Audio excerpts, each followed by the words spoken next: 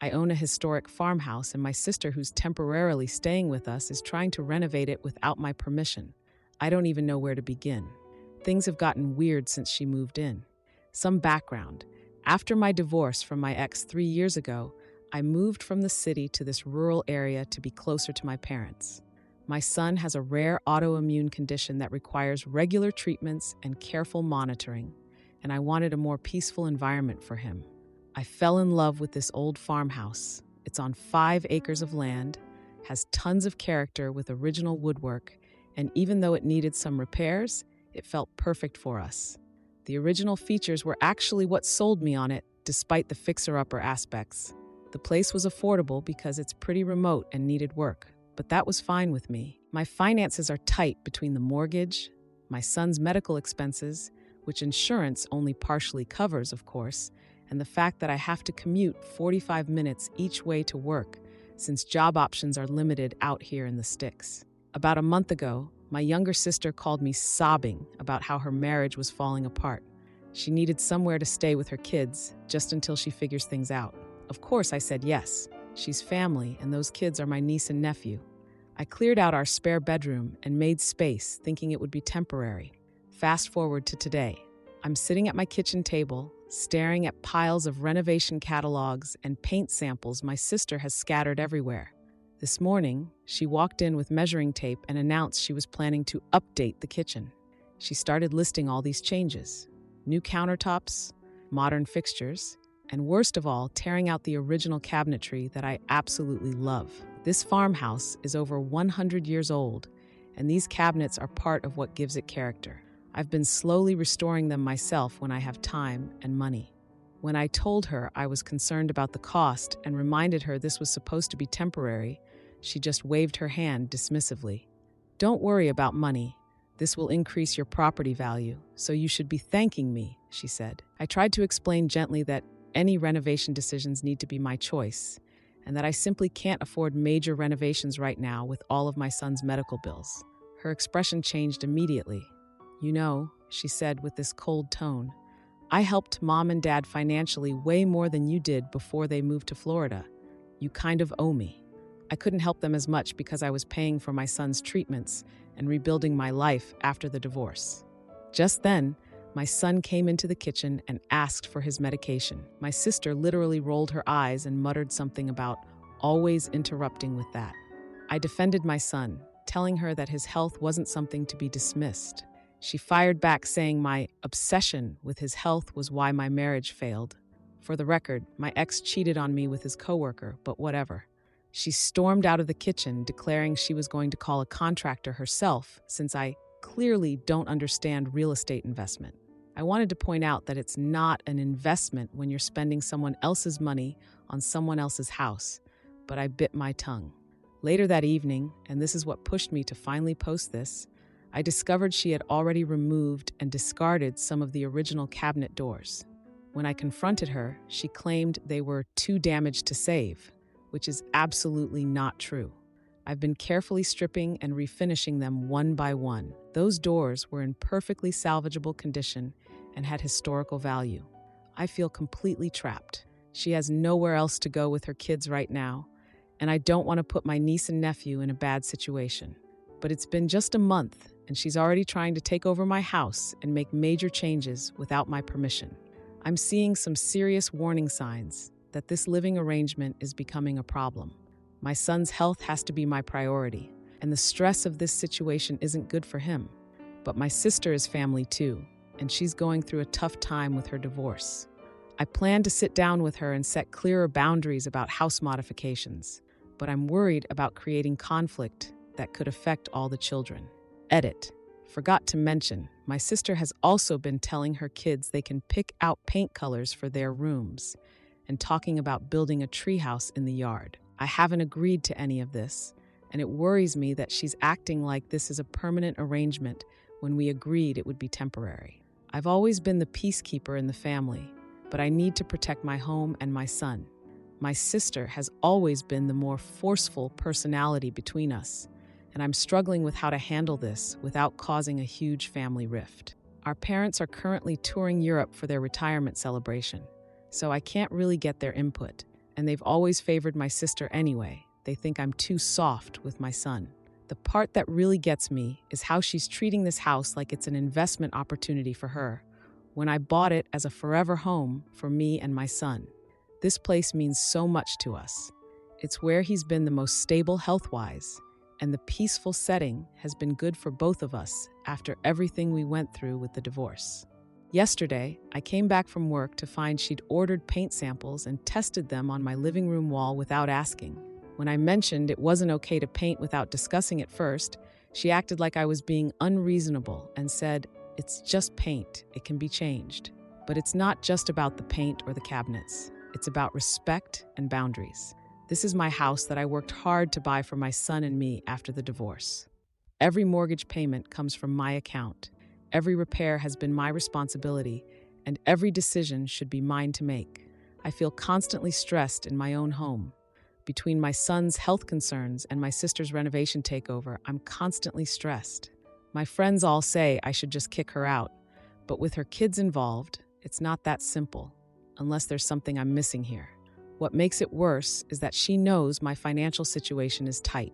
She knows I'm carefully budgeting for my son's medical needs, yet she acts like I should be grateful she wants to spend money I don't have on renovations I don't want.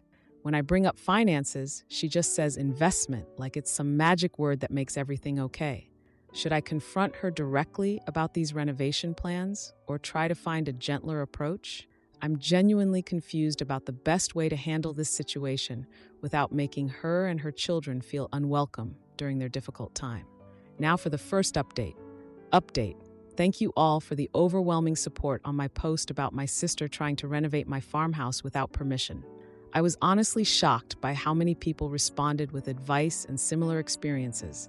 Rip my inbox, seriously. It's been 2 weeks since my original post, and things have gotten even worse than I imagined. For everyone who said, set clear boundaries, or she's testing how much she can get away with, you were spot on. I wish I'd been firmer from the beginning, but hindsight is 20/20, right? Though in my defense, I did try to set boundaries. She just steamrolled right over them. After our argument about the cabinet doors, I sat down with my sister for a serious talk while the kids were playing outside.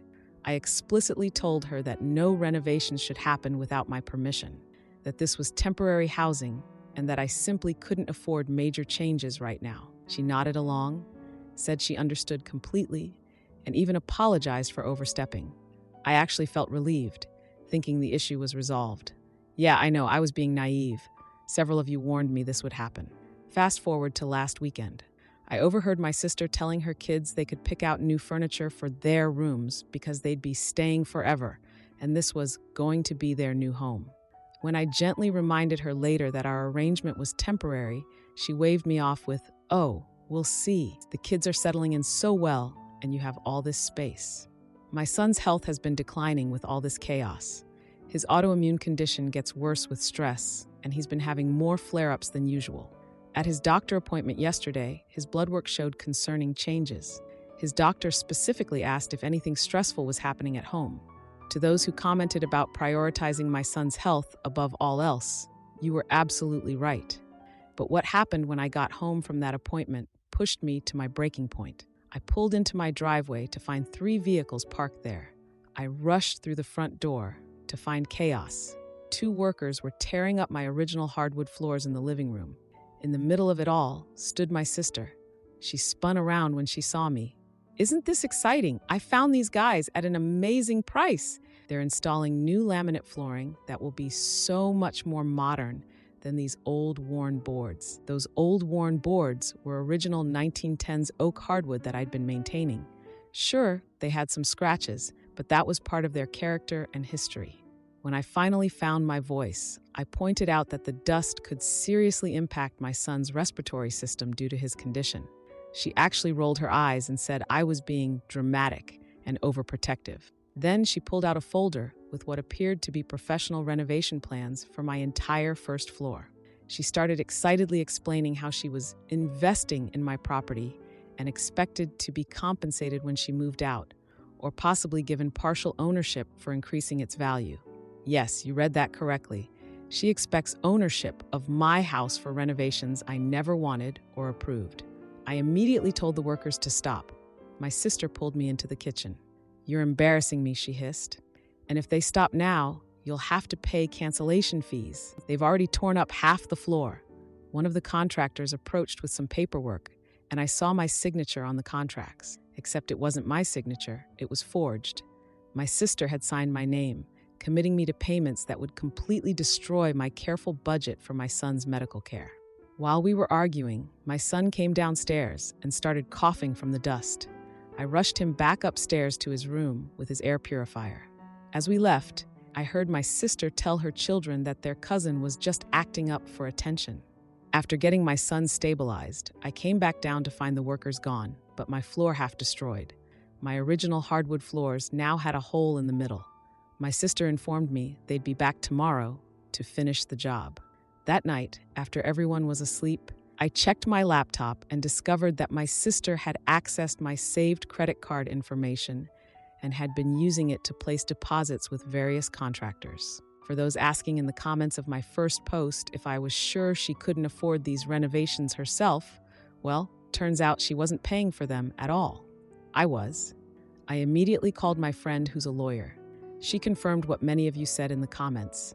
This situation constitutes fraud and unauthorized modifications to the property. She's helping me draft a formal cease and desist letter and advised me to file a police report about the credit card fraud. I feel completely torn. On one hand, I need to protect my home and my son's health. The stress of this situation is making him sick, and I can't allow that to continue. On the other hand, I don't want to make my sister and my niece and nephew homeless. They're still family, and the kids are innocent in all this. To answer the questions many of you had: 1. No, she doesn't have the money for her own place right now. 2. Their dad lives across the country and isn't in the picture much. 3. Our parents are still touring Europe and unreachable most of the time. I've changed all my passwords, canceled the credit card she was using, and am locking my bedroom door. I'm looking into temporary housing options for them, but everything in our area is so expensive. I'm also worried about the legal implications if I formally evict her. Can she countersue me for the value she claims to have added to the house? My lawyer friend says no, but my sister seems convinced otherwise. The half-destroyed floor is now covered with tarps, and I've told the contractors not to return. My sister is barely speaking to me except to tell me I'm ungrateful and don't understand investments. Meanwhile, I'm trying to figure out how to repair the damage already done without spending money I don't have. I never thought I'd be in this position. I've always been the family peacekeeper, but it's clear my sister is taking advantage of that. Many of you commented that I need to stand up for myself and my son, and you were absolutely right. I'm just not sure how to do that without causing a family-wide nuclear explosion. Edit. Several people asked if my sister has always been like this. The answer is complicated. She's always been the strong personality in our family while I've been the quiet one. But this level of entitlement and deception is new. I think her divorce might have pushed her over some edge I didn't see coming. Also, for clarity, the financial damage so far is about $3,000 in deposits and materials that she charged to my card. The total for all her planned renovations would have been close to $25,000. Thank you all again for your support and advice with this nightmare situation. I'll be taking action this week based on what my lawyer recommends, and I'll update again when there's more to share. It helps knowing I'm not overreacting or being unreasonable, as my sister keeps insisting. Now for the second update. Update 2. You all were right about my sister escalating the situation after I confronted her about the floor demolition. I should have listened when so many of you warned me that people who cross boundaries don't just suddenly start respecting them. It's been 3 days since my last update, and I'm typing this from my bedroom, where I've been hiding out when I'm not at work or taking care of my son. After talking with my lawyer friend, I took immediate action to protect myself financially. I changed all my passwords, canceled the credit card my sister had been using, and installed locks on my bedroom and home office doors. My lawyer helped me draft a formal written agreement stating that my sister could stay for 3 more months, but must stop all renovations immediately and respect my authority as the homeowner. I thought this was beyond generous considering what she'd done, and it would give her time to find a new place without making her and the kids homeless. Several of you suggested this exact approach in the comments, and it seemed like the perfect balance of boundaries and compassion. Well, she refused to sign it. She laughed when I presented it to her, claiming she was adding value to my property and that I should be thanking her for her vision and expertise. She called me ungrateful and said I didn't understand real estate investments. Someone who forged my signature and stole my credit card information lecturing me about property values was surprising. Yesterday was the last straw, though. My son was helping me prepare dinner in the kitchen. My sister's kids came in, followed by my sister, who announced she had invited 6 friends over for a house renovation planning party that night. Yes, you read that correctly, a renovation planning party. For my house, after everything that's happened. I reminded her about our recent conversations and pointed out that my son had a treatment scheduled early the next morning and needed a quiet evening to rest. I was trying to be reasonable and calm. She laughed and told me I needed to lighten up and that her friends were already on their way. Some were even bringing additional children who might need to sleep over. When I stated this wasn't acceptable, her expression completely changed. She suggested I was being selfish and that I was using my son's condition to control everyone in the house. My son overheard this, and I watched his face crumple before he retreated to his room. The argument got worse when she revealed she's been telling people she's co-owner of my property. She's made plans to convert part of my house into a workspace for her interior design business. Later that evening, I got a notification from my credit monitoring service. There was a new credit card opened in my name that I never applied for. I pulled up the account details and found renovation materials charged to it. Cabinets, flooring, fixtures, totaling over $7,000. This was full-blown identity theft. When I confronted her with printouts of the fraudulent credit card statements, she broke down crying. She claimed I've always had everything: a beautiful house, a perfect child, and financial security, while she's struggling through divorce with nothing. For the record, my son is amazing, but his condition means constant medical bills and worry, and I'm far from financially secure because of it. But here's the thing about my sister's emotional displays. They turn manipulative fast. Her tearful confession quickly evolved into her reminding me how our parents always favored me and suggesting that letting her improve my house was the least I could do to make up for this supposed imbalance in our family. I stayed firm despite the guilt trip. I told her that her gathering was canceled and informed her she had 30 days to find alternative housing, or I would begin formal eviction proceedings. I even offered to help her find a place and potentially assist with the first month's rent to get her on her feet. I figured this was a small price to pay to reclaim my home and my son's well-being. That night, I overheard her on the phone with our parents.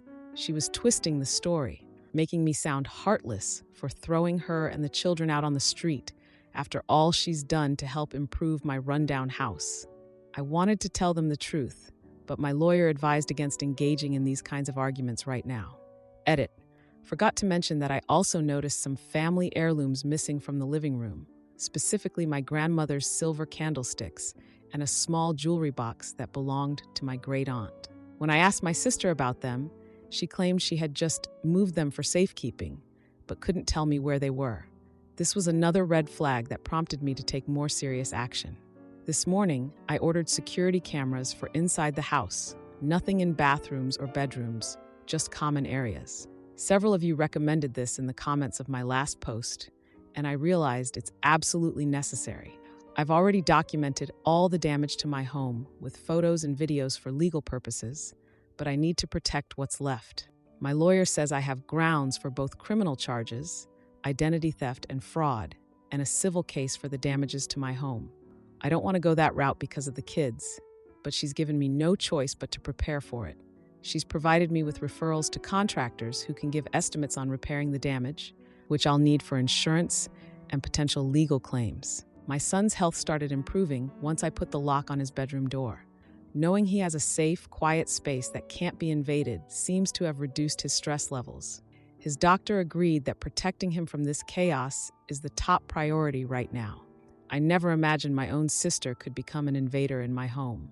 The thought of formally evicting her makes me sick to my stomach, but I keep reminding myself what so many of you said: I'm not just protecting myself, I'm protecting my child who depends on me.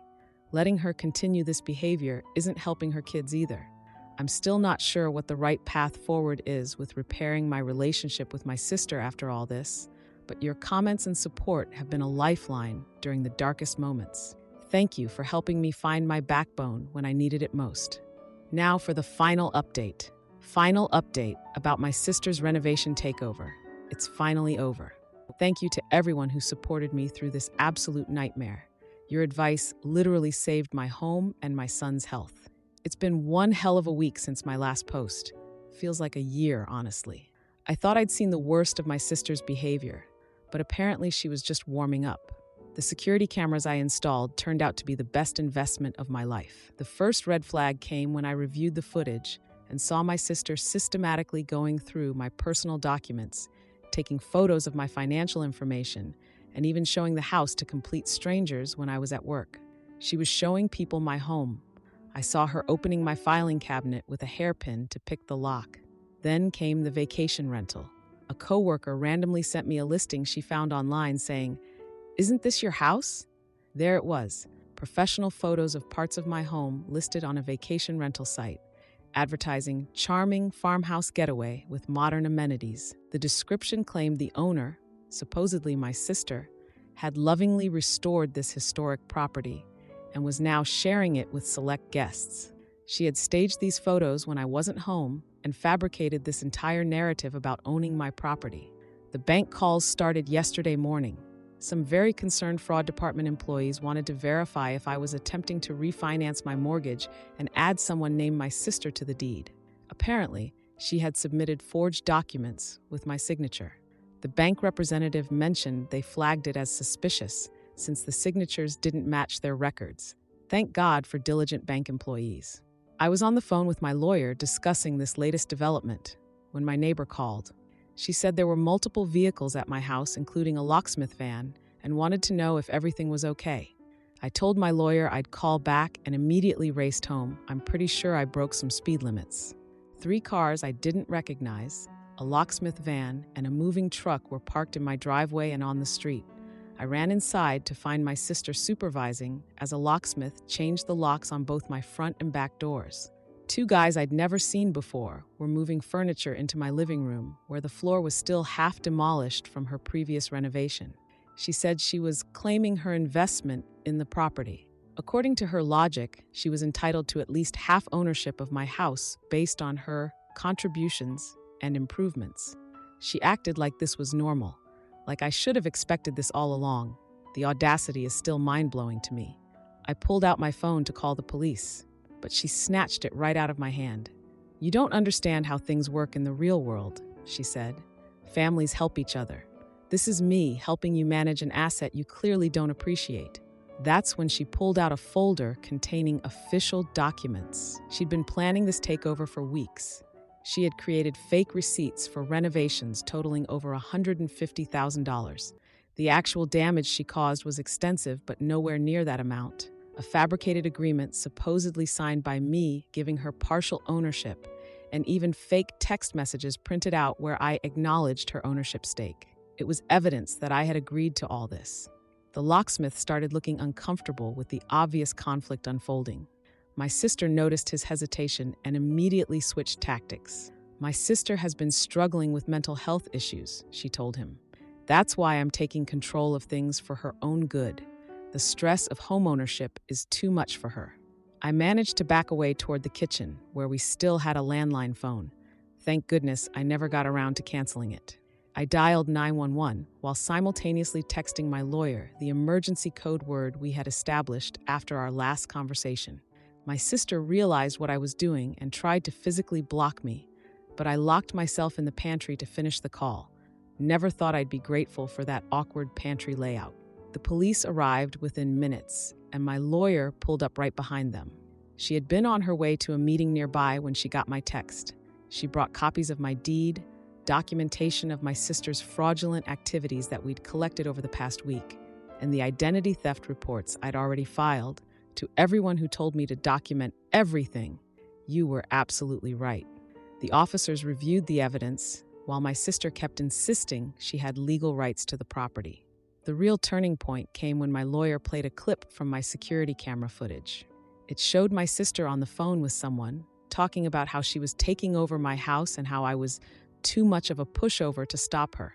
She admitted to the identity theft and fraud on camera. The officers escorted my sister from the property with instructions not to return under any circumstances. I was granted an emergency temporary protection order on the spot based on the identity theft, fraud, and attempted property theft evidence. The locksmith apologized profusely, saying he had no idea what was really happening. He actually stayed to put back my original locks for free. Some people are still decent. I was panicking about my niece and nephew until I remembered their father.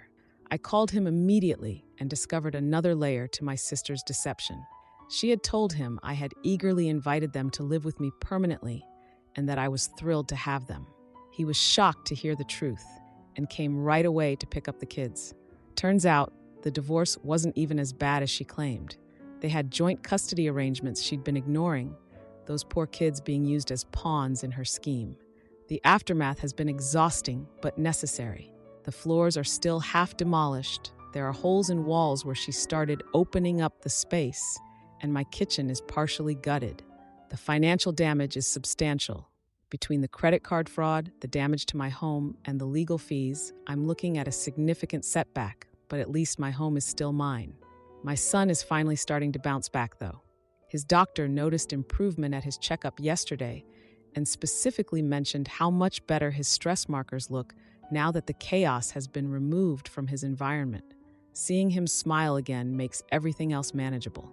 Edit. Quick update. I just received word from the detective handling the case that they found most of my missing family heirlooms at a local pawn shop. My sister had apparently been systematically selling off my belongings for weeks. The shop owner remembered her because she kept coming back with more items. They're holding everything for me to reclaim once the police paperwork is processed. Still haven't found my grandmother's wedding ring, though, which hurts the most. The legal implications for my sister are significant. The district attorney is pressing charges for identity theft, fraud, forgery, and attempted property theft. My lawyer says there's no question of her guilt, given the mountain of evidence, but I still feel conflicted about the whole situation. She's still my sister, and despite everything, I worry about what this means for her future, though clearly she wasn't worrying about mine. My parents have finally gotten the full story and are devastated. They're flying in next week to help me sort through the renovation disaster and have offered financial assistance to restore the house. They're as shocked as I am by their daughter's behavior. My dad broke down crying on the phone, which I've never heard before in my life. Life after my sister's attempted home takeover is surprising sometimes. I'm in a much better place now than I ever thought possible, slowly rebuilding my home and my sense of security, one day at a time.